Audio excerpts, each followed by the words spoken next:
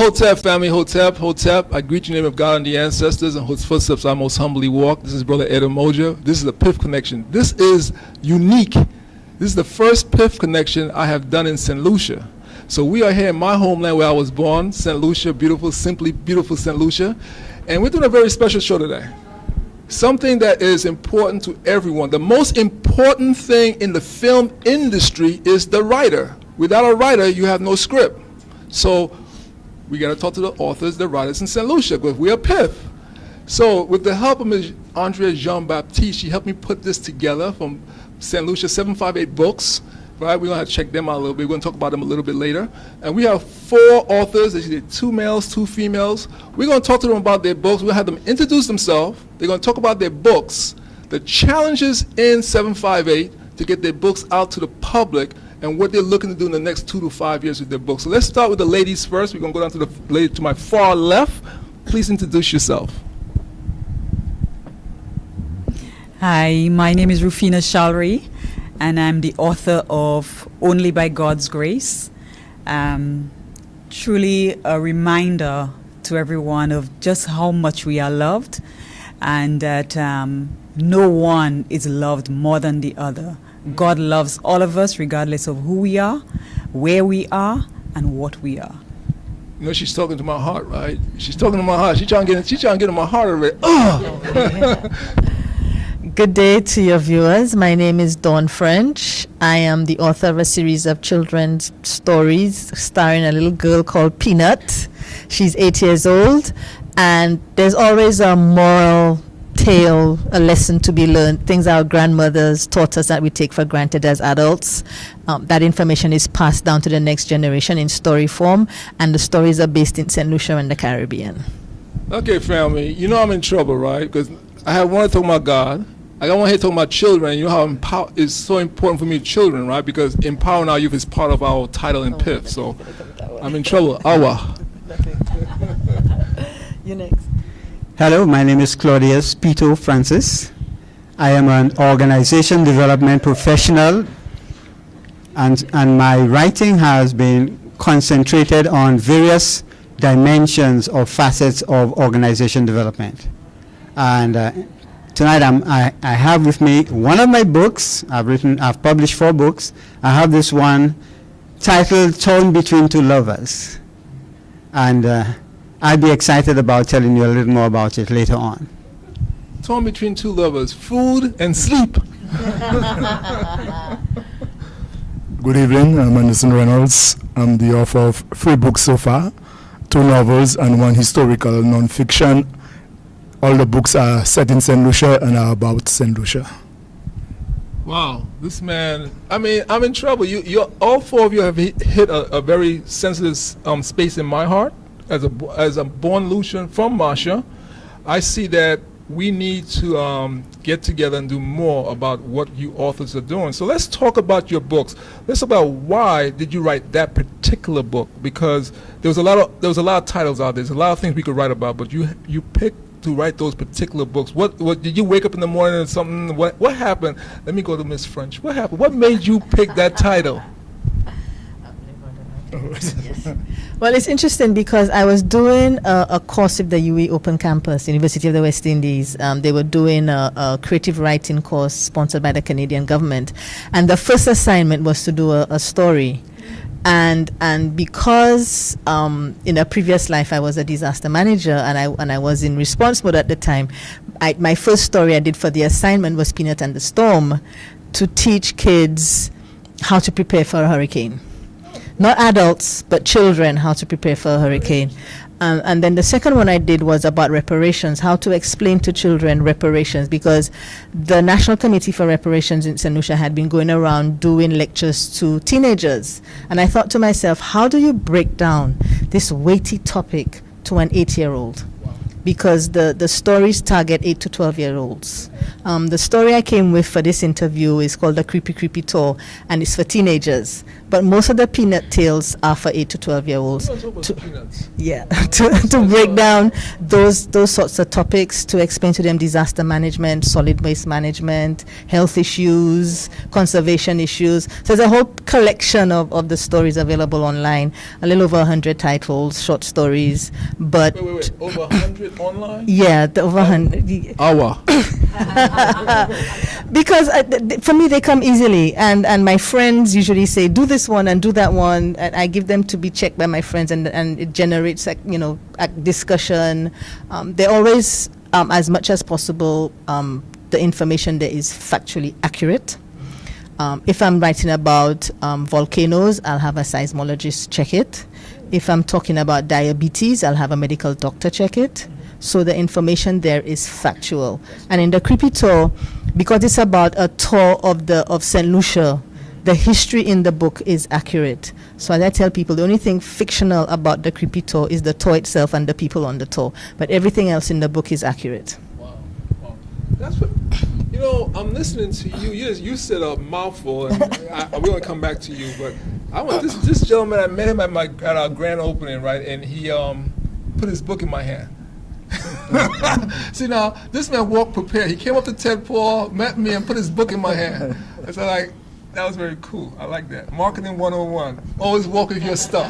Always walk with your stuff. So let's talk a little about your stuff. Well, it's interesting you said so, because I've worked with all 3 of my books. But maybe I should just speak about the latest one. It's The Stallkeeper. That's the one you gave me. Yes. It's a novel set in my hometown of Vieux Fort. It seeks to characterize that Vieux Fort, give a sense of why Vieux Fort is the way it is. You see, the Americans occupy Vieux Fort during World War II. They turned the whole of Vieux Fort into a military base. So Vieux Fort experienced what James Fallow has called the damage culture. Everywhere in the world where you have a large military base in a small town, it damages the culture of the people. So that happened in Vieux Fort. So the American presence in Vieux Fort during World War II served as the backdrop for the novel, and within that backdrop, it basically tries to give answers to why Vieux Fort is the way it is, because historically, Vieux Fort, people's perception of Vieux Fort is that the people are lazy. They are there waiting for the Americans to come back, and you have all of those kind of stories about Vieux Fort. So this book throws some light on these issues and provides some perspective. Now, if I remember my Lucian history correctly, now the Urinor Airport was called something else, and that was built by the Americans during World War II. Binfield, okay. I know my Lucian history a little bit. I might be aware a little bit, a long time, but I know my history a little bit. Okay, cool. So pass the mic down here, brother. Let's talk about your book down here. Let's get into it. Oh yes, I noticed that as a manager, as someone in the field of management, I noticed that as I did the environmental scoping, that about 2000, there was a growing tendency for organizations to get into mergers and alliances, and that's taking place globally as a survival method, as a survival decision. And so I found out that some of the managers were not taking into account how those mergers and alliances were impacting the human resource.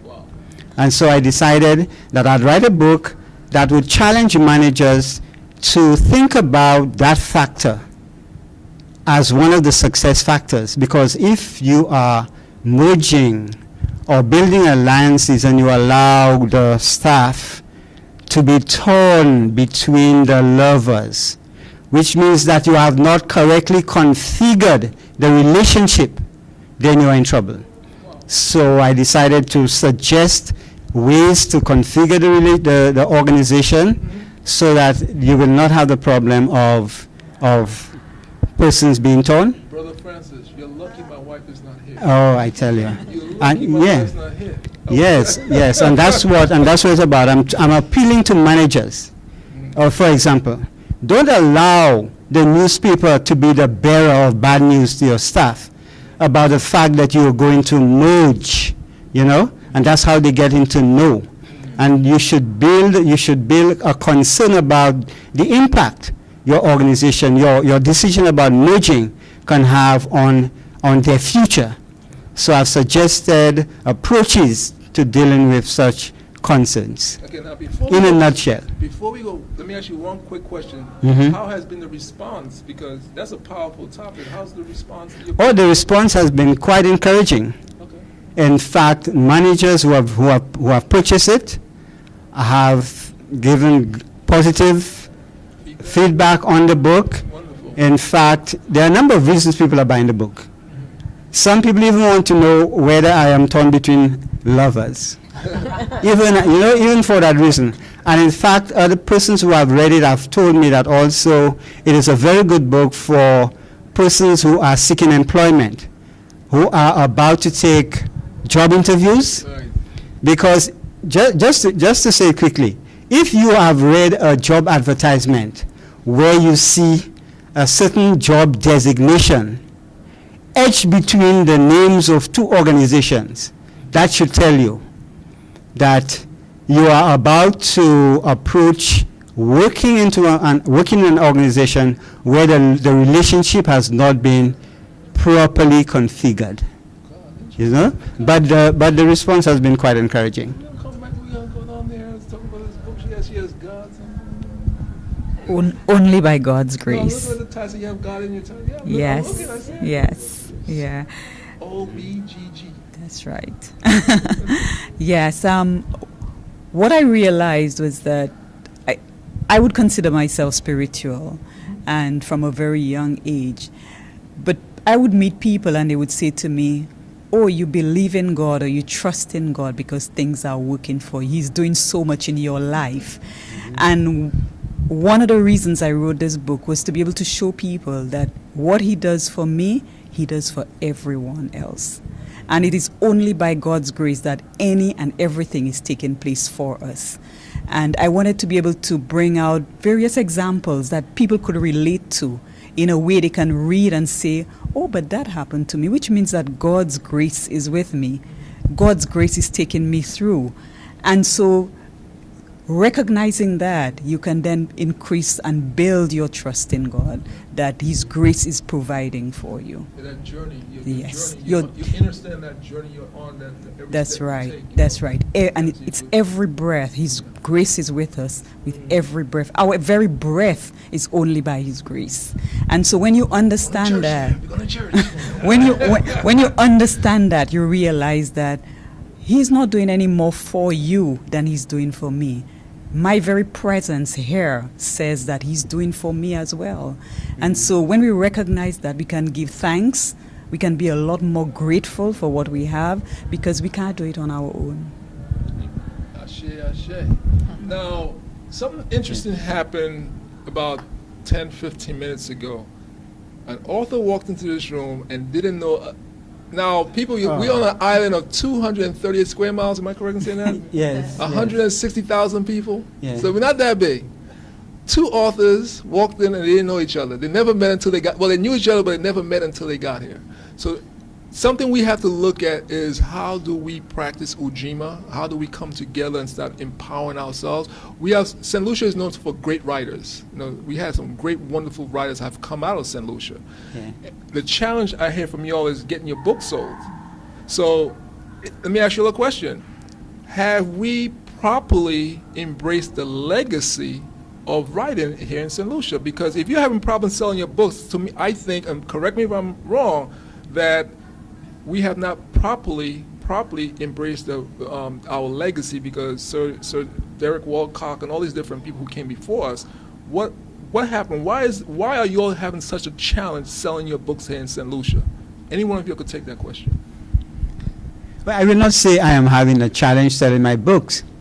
I believe that I have not devoted sufficient time into marketing my books, because whenever I go out with my books, I make sales.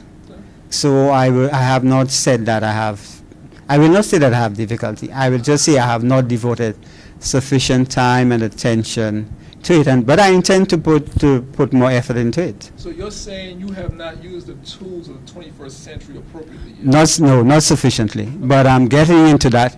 In fact, since we're talking about collaboration, Next week, Dawn will be teaching us how to use social media.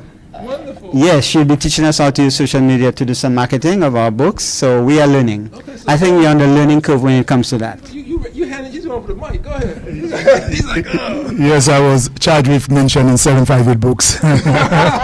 So I think this. What is seven? For those who are watching all over the world, what is seven? Why 758 and why 758 books? Yes, 758 is the area code for St. Lucia, so it's symbolic of St. Lucia, really. But 758 books has become even more critically important because the major book store in St. Lucia, which had a distribution chain island-wide, closed down.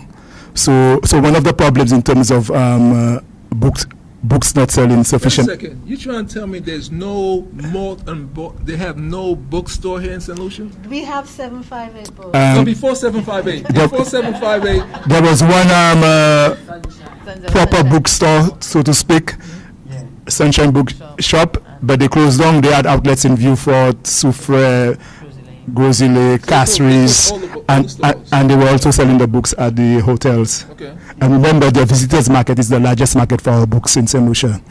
Okay. I didn't know that. Okay. So the other bookstores there are basically focusing on selling children's textbooks, school books. Interesting. So recognizing the vacuum, 758 books came into being, and they are establishing outlets throughout the island. I think the next outlet would likely be Vieux-Fort. So it's a work in progress. I think they just started a couple years ago. Is 758 Americans? But you first waiting for the Americans to come and you said just. I'm listening. 758 Books was founded by Delia Francois, and ANDREA has been doing it. Jean-Baptiste has been doing an excellent job getting the word out and doing the promos and public relations. The other question you mentioned about we not knowing each other. Well, in 758 Books, they have been organizing a bunch of programs, including including this interview we are having, this panel discussion. And through these means, we are getting to know each other. So I think in the near future, all writers will know each other, thanks to the good work of 758 Books. Dawn, yeah. Give 758 some love. Yeah. Lucians all over the world. Not just Lucians in St. Lucia, because this impacts Lucians all over the world, like me, who live in the U.S., because when we support 758 Book, we support our homeland. Simple as that. Yeah. So let me quickly finish answering the question. The other aspect to selling books in St. Lucia is that there is a culture of people will buy books, but it seems like there is not a culture of going into a bookstore and picking up a book to read, except if it is to buying books for your school children at school. Right. So, those same people who wouldn't go to the bookstore to pick up a book, if you go to them with the book, they are likely to buy it. So you really have to take the book to the people, which is time-consuming and an intensive affair. The other aspect is the visitors market. For example, where my books sell best is at Hirono Airport at the waiting room. Yes, those planes. So the visitors market, the hotels, and so forth. Okay.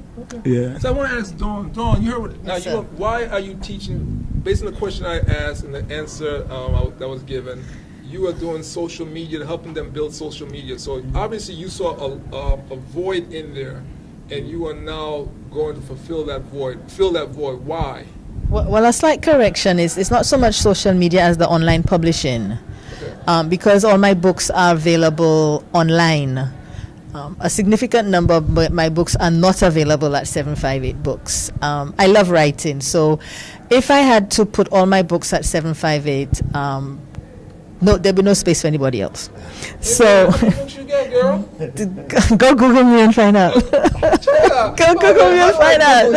How do I Google you, my sister? Okay, you go in and because I carry for your British viewers will know that I carry a famous name. Right.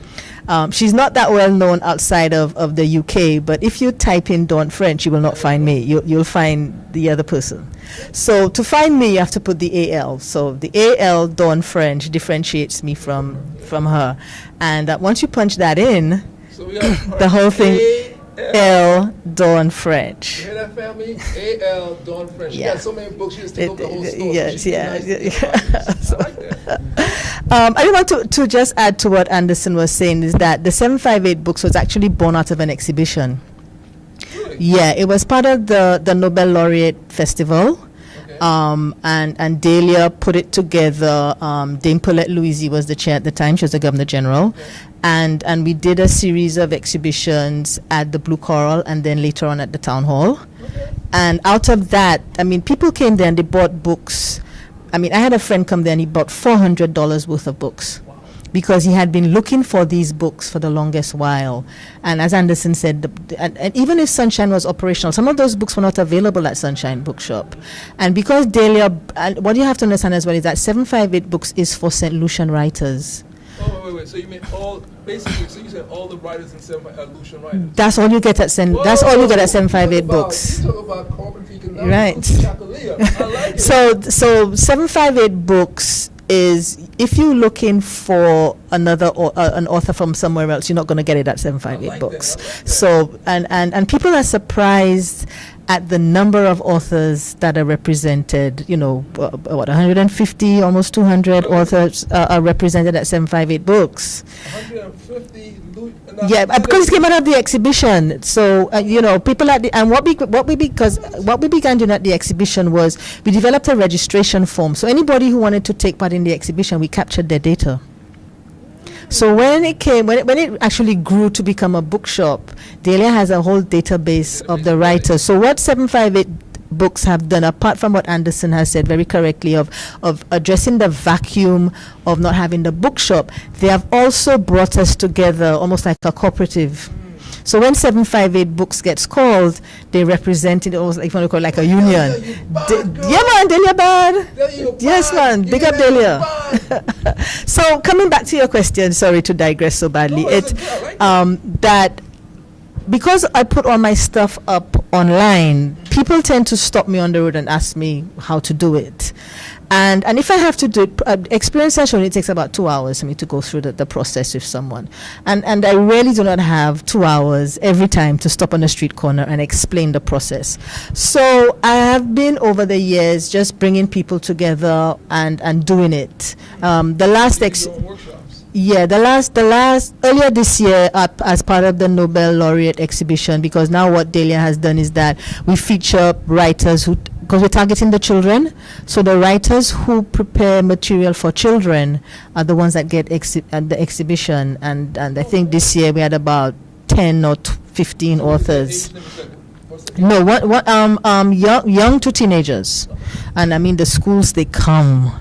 You know, for the whole week, the place was swamped with kids, and so we ran one of the online. I did the seminar as part of that in January, but Piton is president of the Writers Forum. So he got elected this year, and we have been trying to do it with me and the Writers Forum for the longest while, and so we're actually going to get it done on Tuesday next week. Open it up, have about 20 people registered. Who will come in, and I will run the 2-hour session and do it, show them the whole process of what it entails and of getting your book online. And then, of course, part of it will be the discussion of the marketing, which is really the hard part. I mean, the easy part is writing it. The hard part is the marketing of the material. You know, I usually take a quicker break than this, but because of time and the conversation was so good, we didn't take a break. We're going to be moving quickly, because I'm hearing something that's, I don't know Dahlia, but it sounds like she was intelligent enough to see there was a massive void in St. Lucia for books. You see, what you have to understand is that Dahlia is not a writer. Right. I mean, she's done some poetry, but she's not a writer like we are. Like me, she's a businesswoman. Yeah. And as much as we, you have to admit that creatives ain't much of business people. So I think it's really interesting that we have a businesswoman corralling us and working with us and getting us to come together, and not a fellow creative. It's a businesswoman who has seen an opportunity. She's very patriotic. She's doing it for the love of country. It's not making any money. Yet. My twin sister? Yet. But I mean, because 758 books, we took part in Carifesta last year. Lord, time goes so quick. Yeah, in Barbados. 758. When I say we, Dahlia and her assistant Alison, they went over to Barbados. The writers who took part, we paid a small fee because there's a few of us, so the amount of money wasn't strenuous. There's strength in numbers, so we all made our small contribution, and she got some support from government, and she went, and it was a fantastic hit in Barbados. She made contacts with the University of the West Indies in Barbados for us, so she's really, really working on our behalf for us, and I think she's going to just blush the way we are just bigging her up. I want to hear it from your perspective. Your book is a little bit different in certain ways. Every book is unique. I want to hear from your perspective, the uniqueness of your book and where you're coming from that. Before I speak about this, I just wanted to mention that Don raised the issue of marketing, and that really is the major issue for us locally. And many of us printed our books, we published our books ourselves, which means that all our funds went into that. Right. And in order to get the word out there about our books, it requires proper marketing. Right. And marketing costs money. So for many of the local authors, including myself, whether or not your book was a masterpiece, at the end of the day, if you cannot afford to pay for the marketing of the book, it's not going to go much further. And so that is the issue for us. So even with 758, your book would be available at 758, but unless you market it, persons will still not, they'll come in for the book that has been marketed. And if by chance they happen to, browse through, they may see something else that they like, which might be the one for which no marketing has taken place. So one of our biggest issues really is the marketing of the book. Yeah, I think you guys are filmmakers in a different light, because filmmakers have the same But I'm glad you said that, because as we talk about marketing, because it's not about please correct me if I'm incorrect, if I'm wrong, it's not about the quality of your books, it's about the marketing. The marketing of it. World Yeah. find you. Because Yes. when you're on Amazon, there's billions of authors on Amazon all over the world. So it's not just saying you're on Amazon. So you have to stand out. What causes you, or what gives you that opportunity to stand out above the others? And unless your voice is out there, or somebody speaking on your behalf out there, nobody's going to know about you.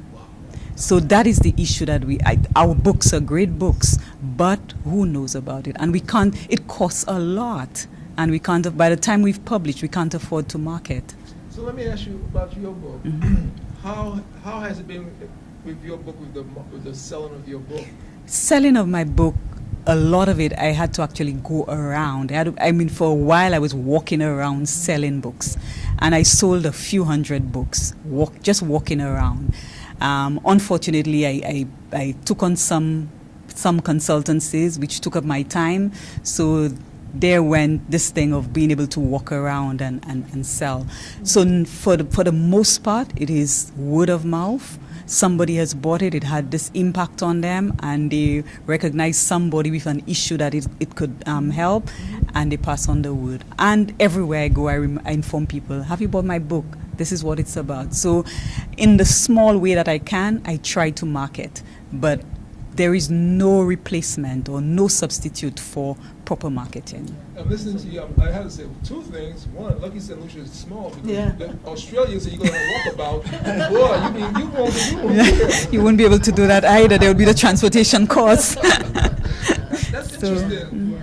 I mean, it sounds to me 758 books have done something very powerful for not just for authors but for St. Lucia, because when people read the books about now that you say to me that 758 is books only by Lucians, anyone who's listening say, well, I want to find out more about St. Lucia, I just go to 758 and see more what the authors are doing in St. Lucia. Facebook? Yep. They're on On Facebook. Facebook, I know that, but wait a minute. After Mrs. Jean-Baptiste hooked me up. She was hooking, Andrea hooked me up. That's my girl, man. So you can see what they're up to then. Yeah. So to me, now that the marketing, now that we have target marketing is the issue. Authors is not the issue. It's Marketing, So getting the word out there. What do you for authors see that marketing has to be done in the next 2 to 5 years to take authors to the next level? I think on our own it would be difficult to do it, but perhaps my guess would be using 758 as an organization, as a group, with more resources, because personally I've had a number of marketing persons who have come across the book, recognize it has value, and call me and say, listen, this book is good, can do well, but by the time they quote the cost to advertise for me, I can't afford it. Let me ask you for authors something now. Since I'm in the film business, have you ever thought you can You want me to answer? You're just picking up me. you cannot answer. I know, Okay, I know your answer already. I'm banned. Yeah, because I Okay, have your I'm stuff banned. already. Okay. What do you guys ever think about going from a book to a screenplay? Perhaps for me it would have to be a different book, Okay, why? because my book was written for a daily review. So, and every day is a different topic. You can still make a movie in that. Give it to a screenplay. They'll take it and they'll give you a screenplay. I'm sure, because what I have done with my book is that You see, you hear what she said? Did you hear what she just Yes. said? What you said? Say it again, Dawn. Come on, girl. It's Say our it. TV series. You see? what I have done is to take the book, because I'll tell you, one of the issues that I faced when I spoke to persons was that I didn't have the time to read, which is the reason I chose to prepare this book as a daily piece. So all you needed was 5-10 minutes a day. If you wanted to sit and think about it at the end of reading, meditate for a little while, 5-10 minutes. And so, but I still divided it into 12. Each month is a different topic. So for instance, January being the beginning of the year, because every topic is related to something particular about that month. Sounds like you got a TV series, girl. What are you talking about? So January is the opportunity for new beginnings in various aspects of your life, or in any aspect of your life. I have made mistakes. I have done this way. Here is an opportunity. New year, new month, new day. Here is an opportunity to start afresh, to try something else. We move to the month of February, and all we're celebrating in February is love. So I emphasize love, and the need for love, that emptiness. That's a 12-part series you have there, right? So, Each month. we can talk about that series. Yeah. Talk about that. You have enough filmmakers here in St. Lucia to where you could do that.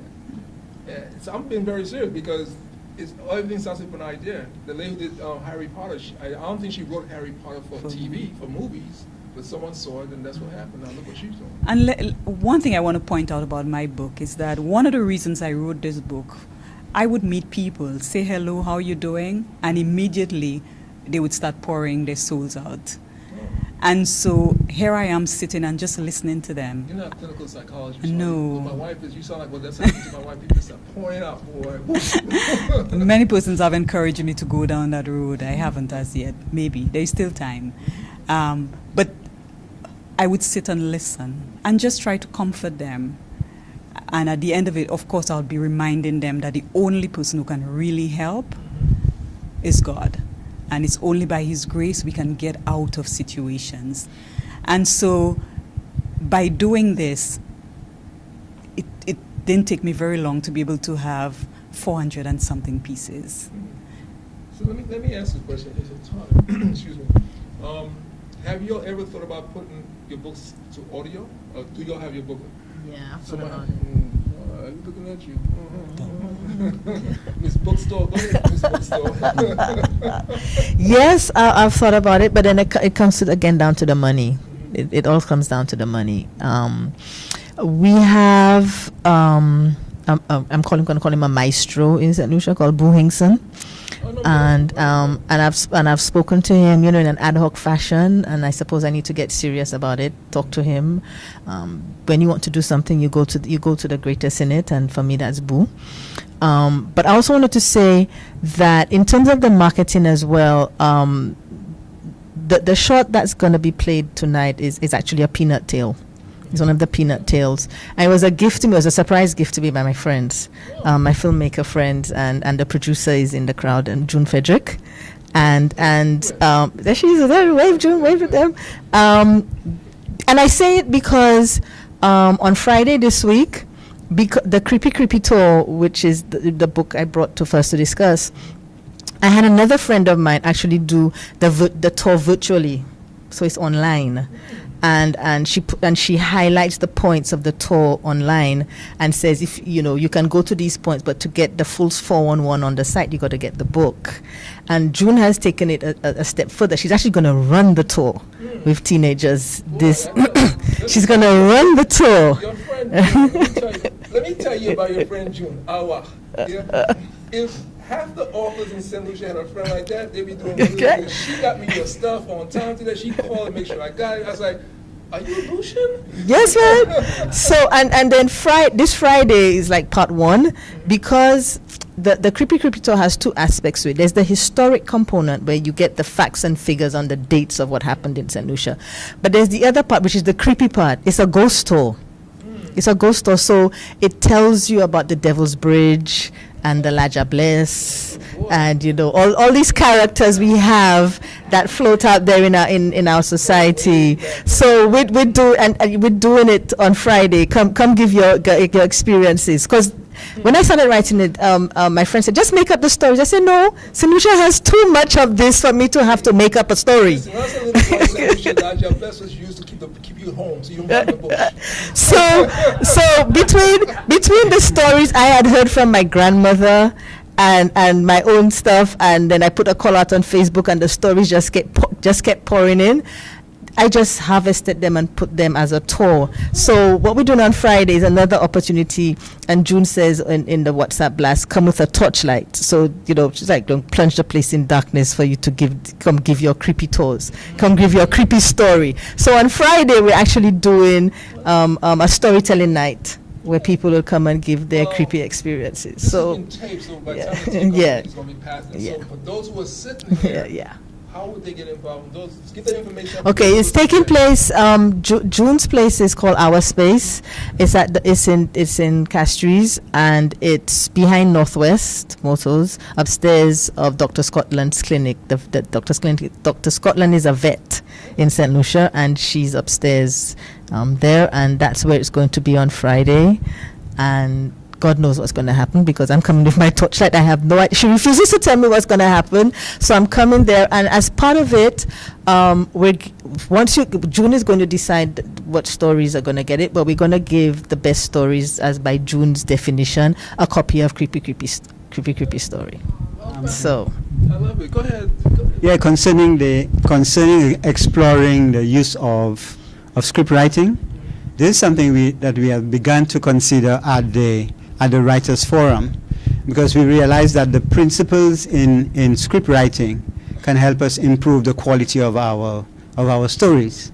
But I've also written a book titled Born Out of Wedlock that documents a certain struggle, which I am being told has the potential for screenwriting. I've read it. It does.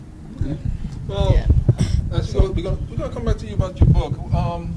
We're going to take a quick break, and then we're going to come back to wrap this up, and we're going to be going into, so we're going to be giving out the websites. Get your pens and paper ready. We're going to be giving out the websites and how to get in touch with these authors, because if you are a Lucian outside of St. Lucia and you don't know about 758 books, shame on you. So we're going to educate you and bring you back on this side of the Caribbean Sea. Yes. Okay. So I wanted to tell you, thank you for being a true friend. He had no right, but I had no business texting my private parts to someone just because I wanted him to like me. We could do this the easy way, or we could do this the hard way. Do you understand?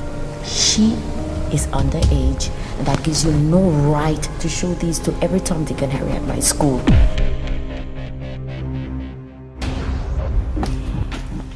Damn, Tia looks good. Guess I need to leave that girl alone. One ain't enough for you, and you all up on corner. Doesn't mean she my girl. Just easy access.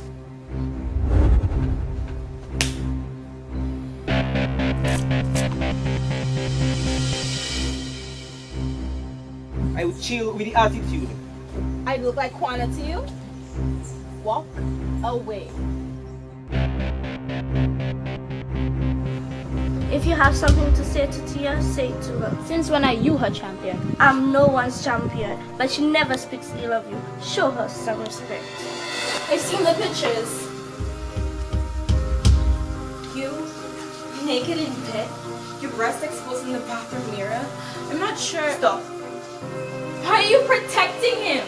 I'm not.